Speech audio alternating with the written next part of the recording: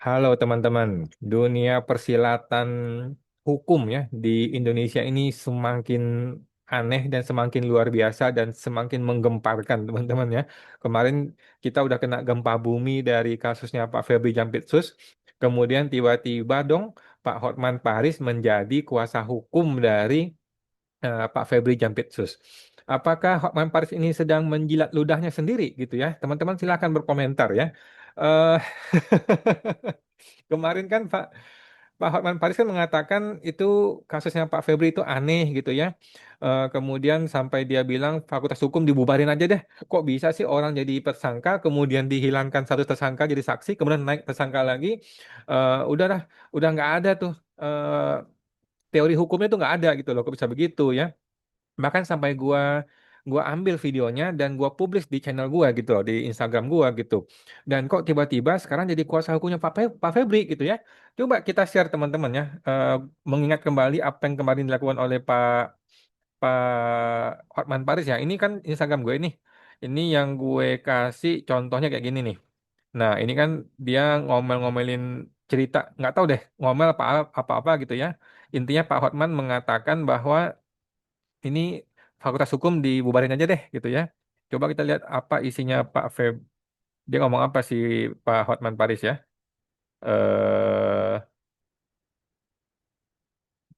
Nah ini dia. Oke.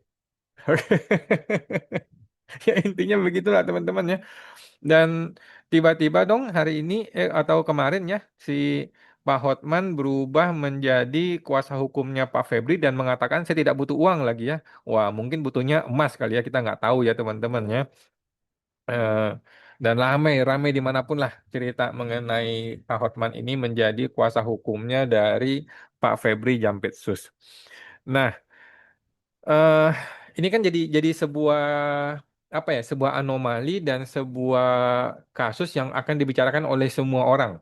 Dan ini mungkin salah satu kasus terbesar teman-teman ya di dunia persilatan hukum di Indonesia ini. Dan yang paling unik adalah bagaimana ceritanya Pak Hotman ini dari awalnya mengkritik, gue nggak tahu deh apakah dia mengkritik Pak Febrinya atau mengkritik jaksanya atau mengkritik polisinya atau mengkritik sistem hukumnya yang amburadul gitu. Tapi intinya dia mengkritik kasus itu. Kemudian ketika dia dibayar, tiba-tiba lu mau bilang dia tidak bersalah, gitu kan? Ceritanya begitu ya. Nah, terlepas dari semua itu teman-teman. Ini sama seperti konsultan pajak gitu ya, sama seperti konsultan pajak. Bayangkan seorang konsultan pajak yang awalnya mungkin mengkritik wajib pajak gitu ya, walaupun kayak nggak pernah gue dengar deh ya, jarang-jarang gue dengar ya konsultan pajak yang mengkritik wajib pajak. Contohnya, lu mengkritik, oh wajib pajak tuh pecah omset tuh nggak bagus gitu ya, salah itu gitu. Tapi ketika wajib pajak itu membayar si konsultan ini, tiba-tiba konsultan ini bilang, oh WP nggak bersalah. Nah kira-kira gitu teman-teman ya, kira-kira gitu logika hukum yang sedang terjadi di kasusnya Pak Hotman dengan Pak Febri ini ya. Nah, yang menjadi pertanyaan pentingnya adalah apakah tindakan Pak Hotman Paris ini sudah benar gitu ya sebagai seorang advokat dengan menjilat ludahnya sendiri gitu ya. Terus terang teman-teman ya, menurut gua ya, pendapat pribadi gua teman-teman dengan segala hormat kepada Pak Hotman dan Anda semua dan siapapun ya, eh, menurut gua tindakan dia adalah tindakan yang benar. Teman-teman ya, tindakan Pak Hotman Paris adalah tindakan yang benar, tindakan yang normatif, tindakan yang apa istilahnya ya? Tindakan yang sudah betul ya sesuai dengan hukum menurut gua ya. Dan ini perlu dipelajari oleh para konsultan pajak juga di luar sana ya ataupun advokat pajak di luar sana ya. Kita masih belajar dari kasusnya Pak Hotman Paris. Begini ceritanya. Maksud gua teman-teman ya. Jadi prinsip penting seorang advokat dan juga seorang konsultan pajak harus punya prinsip ini ya. Kami ini adalah para penasihat hukum atau advokat atau pengacara pajak. Kami ini maju tak gentar membela yang bayar, bukan yang lain. Ya, jadi omong kosong tuh kalau ada orang bilang kita membela yang benar, membela yang baik, membela yang sesuai hukum. Nggak ada ya. Seorang advokat atau seorang pengacara pajak atau dimanapun siapapun ya, yang namanya kuasa hukum itu harus membela yang bayar. Tapi tapi mungkin ini cerita cerita negeri Konoha kali teman-teman ya. Gua nggak tahu juga teman-teman. Bagaimana pendapat Anda? Silakan lu komentar teman-teman ya. Jadi prinsip seperti ini juga harus dipegang oleh seorang konsultan pajak ya. Selama ini kita sering melihat atau mendengar ya, konsultan pajak tuh banyak yang mendukung DJP atau berdiri di dua kaki ya, setengahnya mendukung wajib pajak, setengahnya mendukung DJP gitu. Setengahnya menerima duit dari konsultan pajak, dari wajib pajak, setengahnya lagi ya kita nggak tahu juga lah ya, ada hubungan apa dengan DJP gitu. Jadi salah teman-temannya menurut gue ya, konsultan pajak itu adalah mitranya wajib pajak, bukan mitra DJP. Nggak pernah kita dibayar oleh DJP teman-teman ya. Konsultan pajak itu dipelihara oleh wajib pajak, bukan dipelihara oleh DJP. Oke, kita ini adalah orang yang dikasih makan oleh wajib pajak, bukan dikasih makan oleh DJP. DJP itu adalah musuh kita di pengadilan maupun di kantor pajak maupun dimanapun. DJP itu musuh dari konsultan pajak. Nggak pernah kita jadi mitra dari DJP ya nggak pernah teman-teman ya. Kita ini mitra dari wajib pajak. Sama halnya cerita dengan si Hotman Paris ya. Dia membela yang bayar, bukan membela yang benar. Bukan berarti dia membela yang salah teman-teman ya. Bukan berarti dia membela koruptor. Enggak. Dia membela yang bayar gitu ya. Nah, konsultan pajak juga harus berkiblat kepada wajib pajak, bukan berkiblat kepada DJP, teman-teman ya. Jangan salah itu, teman-teman ya. Nah, cilakanya adalah kalau Hotman Paris, dia independen. Dia bisa profesional, dia bisa berdiri tegak di kaki dia sendiri ketika dia dibayar oleh si Febri Davidsus ya. Kita, konsultan pajak, nggak bisa. Konsultan pajak, leher kita diikat oleh si Purbaya, diikat oleh si Menteri Keuangan dan DJP. Kita nggak bisa sembarangan bergerak. Salah-salah dikit kita dicabut lisensinya. Gitu loh. Lisensi SKT kita bisa dicabut oleh si Purbaya kalau kita melawan Purbaya. Bayangkan kalau si Hotman Paris lisensi advokat dia bisa dicabut oleh lawan di pengadilan. Matilah dia. Dia nggak akan bisa jadi independen. Nah, bedanya adalah Hotman Paris itu independen. Makanya dia boleh aja menjilat ludah diri sendiri. Nggak ada masalah. Kita konsultan pajak mesti hati-hati bos. Kalau ngelawan DJP, ngelawan si oknum Menteri Keuangan, lisensi kita bisa dicabut. Kalau lisensi dicabut ya goodbye forever lu ya. Masuk kuburan lu. Jadi sebagai seorang advokat, baik hukum biasa maupun pajak ya, bukan tugas kita untuk memutuskan klien ini bersalah atau klien ini tidak bersalah. Bukan tugas kita, ya. Tugas kita adalah memberikan bantuan hukum maksimal yang terbaik yang bisa kita berikan. Kalau bisa bebas ini kita punya klien. Itulah seorang advokat yang baik, teman-teman ya. Terlepas dari dia salah atau nggak bersalah, bukan bukan tugas kita untuk menjudge klien kita dia benar atau salah. Tugas kita adalah memberikan bantuan hukum. Dia bayar kita, kita bebaskan dia kalau bisa. Gitu ya. Maksimal yang bisa kita lakukan gitu loh. Kita ingat teman-teman kasusnya Pak Ferdi Sambo kalau nggak salah ya. Ferdi Sambo udah jelas-jelas dia nembak orang, mati anak orang, kepalanya mampus ya, mati anak orang ditembak dan dia mengaku ya dia melakukan itu ya.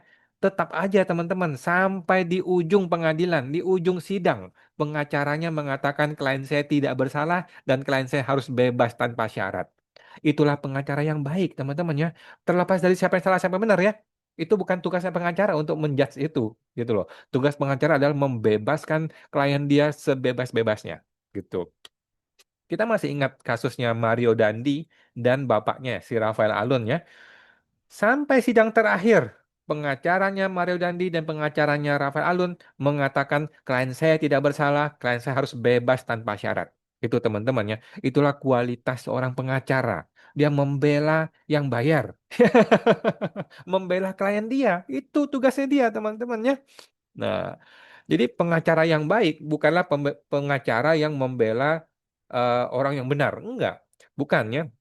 Pengacara yang baik adalah pengacara yang membela klien, yang kasih makan si pengacara ini. Itulah pengacara yang baik, teman-temannya. Itu menurut gua, menurut pendapat pribadi gua, teman-temannya. Nah, mengenai Pak Hotman mengatakan dia tidak butuh uangnya. Itulah omong kosong, teman-teman ya. Itu kan cuma bumbu-bumbu media sosial. Udahlah, nggak apa-apa, teman-teman ya. Nggak perlu kita anggap terlalu serius ya. Itu kan ya biasalah orang ngomong gitu, nggak masalah, teman-teman ya. It's 9 hours. So kita nggak bisa buktikan apa-apa gitu. Nah, sekarang kita akan bahas bagaimana Pak Hotman Paris akan bisa membebaskan Pak Febri Jampitsus dari masalah pidana dia. Oke, uang sudah ditemukan, ada emas, semua sudah asli ya, sudah di testing dengan berbagai macam, sudah asli itu uang dan emas dan sudah ditetapkan tersangka gitu ya. Nah, bagaimana metodenya Pak Hotman Paris akan bisa menyelamatkan Pak Febri? Ada dua metode teman-teman ya. Metode pertama adalah metode Pak Hotman, metode kedua adalah metode gua yang sudah gua sampaikan di video sebelumnya ya. Metode pertama adalah Pak Hotman menyerang legal formal. Oke, dia menyerang prosedur yang cacat, prosedur penangkapan yang cacat, dia belum tangkap ya, prosedur mentersangkakan yang cacat. Oke, nanti akan masuk ke pra peradilan dong, udah pasti ya. Nah, teman-teman, semua advokat yang jago di dunia ini, yang hebat, yang pinter, yang dibayar mahal, yang terbaik di dunia ini, selalu menyerang legal formal.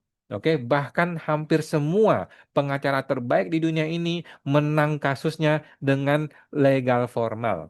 Oke, jadi bukan berarti dia tidak gentleman, tidak mau mengurus ke pokok perkara, tidak mau berdebat mengenai pokok perkara. Tidak ya. Tetapi dalam hukum acara, pidana maupun perdata dan dimanapun selalu ada hukum acara, ada prosedur step by step yang harus dilewati. Kalau prosedur ini dilanggar, maka ujungnya itu batal. Gitu teman-teman ya. Kalau prosedur menetapkan tersangka itu cacat prosedur, maka ujungnya itu batal, yaitu pentersangkaannya bisa batal, penangkapannya bisa batal, eh, penyitaan uang dan emasnya juga bisa batal, gitu ya.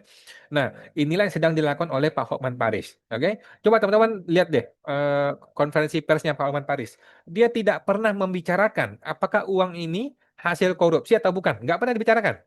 Apakah uang ini diberikan oleh si A, si B, si C? Nggak pernah dibahas. Yang dia bahas adalah proses pentersangkaan klien gua. Itu salah. Itu cacat prosedur. Kalau cacat prosedur, maka tersangkanya batal. Kalau tersangkanya batal, uangnya kembalikan. Gitu kan? Uang kembalikan, ya klien gua bebas. Selesai kasusnya. Nah, jadi kita bukan mau ngomong siapa benar siapa salah, teman-teman. Kita mau ngomong strategi hukum. Strategi hukum seorang pengacara yang baik adalah serang legal formal. Oke, serang legal formal. Bahkan di dunia pajak, teman-teman ya, di dunia pajak juga sama. Di dunia hukum pajak itu masih belum banyak advokat pajak atau pengacara pajak yang menyerang legal formal. Nggak banyak. Gue rasa cuma satu ya di dunia ini ya, namanya Pak Ray ya. Cuma Pak Ray satu-satunya yang menyerang legal formal. Dan dia menang banyak kasus, teman-teman. Banyak kasus pajak yang dimenang oleh Pak Ray menang gara-gara legal formal. Kenapa? Karena hukum acara dilanggar oleh petugas pajak. Kalau hukum acara dilanggar, maka SKP-nya batal, keputusannya batal. Nggak usah bahas material, teman-teman ya. Nggak usah bahas eh, detail pokok perkara, nggak usah. Nah, metode satu yang sedang dilakukan oleh Pak Hotman Paris. Gue yakin dia pasti menang. Ya, dan banyak orang mengatakan dia pasti menang. Bahkan Mahfud MD udah ngomong ya, proses pentersangkaan Pak Febri itu cacat prosedur. Bagaimana bisa orang dijadikan tersangka, dia belum diperiksa? Mana ada ceritanya? Oke, bagaimana bisa lu mengamankan uang dan emas, barang orang nih mau lu amankan, padahal lu belum memeriksa saksi-saksi. Itu cacat prosedur, itu namanya sewenang-wenang. Dengan begitu dia akan lolos dan bebas dari tersangka. Oke? Dengan begitu dia lolos, ya udah dia bisa nyerang balik dan sebagainya, dia bahkan bisa pensiun dan sebagainya gitu ya. Intinya sih Pak Febri akan menang dengan metode satu. Oke, itu pendapat pribadi gua dan pendapatnya Pak Hotman juga begitu ya. Intinya menyerang legal formal, dia akan lolos gitu ya. Dan menurut gua ini penting untuk kita pelajari. Kita para konsultan pajak, para advokat pajak juga sama, mesti belajar dari Pak Hotman Paris ya. Ini orang yang legend dari Indonesia ini ya. Nah, seorang advokat pajak maupun advokat pidana harus menyerang legal formal. Dengan begitu, kesempatan kita menang bertambah satu, teman-teman. Dan kita lihat, perhatikan kasusnya ya. Dia akan masuk ke pra peradilan dan dia pasti menang di situ. Kalaupun nggak menang, kita masuk ke metode dua. Metode dua adalah metode yang gua sarankan dari kemarin ya untuk Pak Febri ini ya. Dan gua sarankan gratis ya. Betul-betul gratis nih. Kalau Pak Hotman kan bilang gratis ya. Kalau gua udah betul-betul gratis, udah gue sarankan di video-video gue sebelumnya ya ke Pak Febri Yampitsus ya. Pak Febri tinggal beli Patriot Bond, ya, beli Patriot Bond. Katanya sih akan launching di akhir Juli ya, atau udah launching kemarin ya, kita nggak tahu juga kan ada internal ya. Nah, beli Patriot Bond beres masalahnya Pak Febri. Oke, kenapa? Karena barang yang kita belikan Patriot Bond itu tidak boleh menjadi bukti di pengadilan. Jadi emasnya, uangnya itu tinggal diborong, bawa ke Danantara beliin Patriot Bond. Oke, barang yang sudah dibeliin Patriot Bond itu tidak bisa jadi bukti di pengadilan. Kalau tidak ada bukti di pengadilan, artinya tidak ada tindak pidana. Kalau tidak ada bukti tindak pidana dan tidak ada tindak pidana, berarti tidak ada pelaku tindak pidana. Selesai kasusnya, selesai. Lu mau menghukum orang, buktinya apa? Buktinya angin. Mana bisa pakai angin mau menghukum orang? Nggak bisa, bos. Ya. Nah, jadi metode satu dari Pak Hotman Paris pasti menang, tapi kalaupun kalah, masuk metode dua, beli Patriot Bond pasti menang, gitu ya. Jadi ada dua bom nuklir yang bisa memenangkan si Pak Febri Jampitsus. Udah pasti menang, Pak. Ya udah pasti menang ya. Dan gua sudah kasih gratis ya Pak Febri Jampitsus ya gratis ya. Beda dengan Pak Hotman yang ngomongnya gratis di media, kita nggak tahu di belakang apakah gratis apa enggak. Kalau gua udah pasti gratis dan sudah gue sampaikan di video-video gua. Gitu ya. Nah, banyak orang bertanya, tetapi kan itu uang sudah di tangannya Pak Polisi atau Kejaksaan. Masih bisa nggak dia beli Patriot Bond? Ada juga orang mengatakan, ini kan kasus sudah berjalan nih, sudah jadi tersangka. Beda cerita kalau dia belum jadi tersangka. Masih bisa nggak diloloskan dengan Patriot Bond? Sudah gue jawab di video sebelumnya, teman-teman ya. Silakan nonton video gue sebelumnya. Oke, Pak Febri ya. Jadi Pak Febri silakan hubungin gua kalau mau ya. Gua kasih jasa gratis, betul-betul gratis. Nggak seperti Pak Hotman nih ngomongnya gratis di media tapi nggak tahu di belakang. Tapi itu kalau Pak Hotman gagal di pra peradilan, walaupun kita sih udah pasti yakin lah pasti menang dia di pra peradilan ya. Nah, oke, gue akan bantu Pak Febri membeli Patriot Bond ya kalau perlu ya. Gue datangin tentara deh, gratis deh. Gue datangin tentara, gue beliin bantuin lu beli Patriot Bond ya. Gue kasih fee-nya gratis deh. Kalau nggak gratis ya gue kasih yang murah lah. Udah pasti lebih murah, jauh lebih murah daripada Pak Hotman Paris gitu ya. Dan gue bisa jamin lu pasti lolos dari kasus pidana dengan cara membeli Patriot Bond. Kenapa gue bisa jamin? Karena sudah ada undang-undangnya, teman-teman ya. Kalau yang dibicarakan oleh Pak Hotman itu kan masih mengenai pra peradilan, masih mengenai hukum acara pidana yang mungkin masih jadi perdebatan ya. Sedangkan Patriot Bond sudah ada undang-undangnya, Pak. Sudah ada undang-undangnya dengan tegas menyatakan Patriot Bond tidak bisa menjadi bukti di pengadilan. Kalau nggak ada bukti di pengadilan, artinya tidak ada tindak pidana. Kalau nggak ada bukti dan tidak ada tindak pidana, artinya tidak ada pelaku tindak pidana. Dengan demikian, Pak Febri Jampitsus bisa bebas lolos dan menikmati hari pensiun. Ya, dan saran gue buat Pak Febri ya, jangan berpikir untuk membalas kembali ya, jangan punya dendam ya. Udahlah, lupakan aja. Bapak akan punya uang sekian triliun ya. Udahlah, menikmati masa pensiun ya, bisa keliling dunia, bisa bisa olahraga, bisa melihat anak dan cucu. Masih banyak hal yang Bapak bisa lakukan selain melanjutkan dunia persilatan hukum abal-abal ini, teman-teman ya, Pak Febri ya. Oke, Pak Febri.